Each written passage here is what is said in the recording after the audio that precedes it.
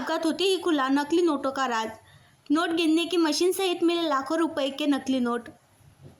आज 4:30 बजे के दरमियान पारस के समीप एक कार की टक्कर दो पहिया वाहन से हो गई। अपघात होते ही बालापुर पुलिस स्टेशन के पुलिस कर्मचारी घटनास्थल पर पहुंचकर गाड़ी का पंचनामा किया। तब पुलिस के हाथों CS कंपनी की कार क्रमांक TS 35F2025 क्रमांक की कार से लाखों रुपए के नकली नोट निकलने की जानकारी सामने आई। अपघातग्रस्त कार को पुलिस ने टोविन वैन से बालापुर पुलिस स्टेशन लाया, लेकिन जब पुलिस स्टेशन में नोट की जांच की गई तो पाया कि सभी नोट बच्चों के खेलने की नोट थी।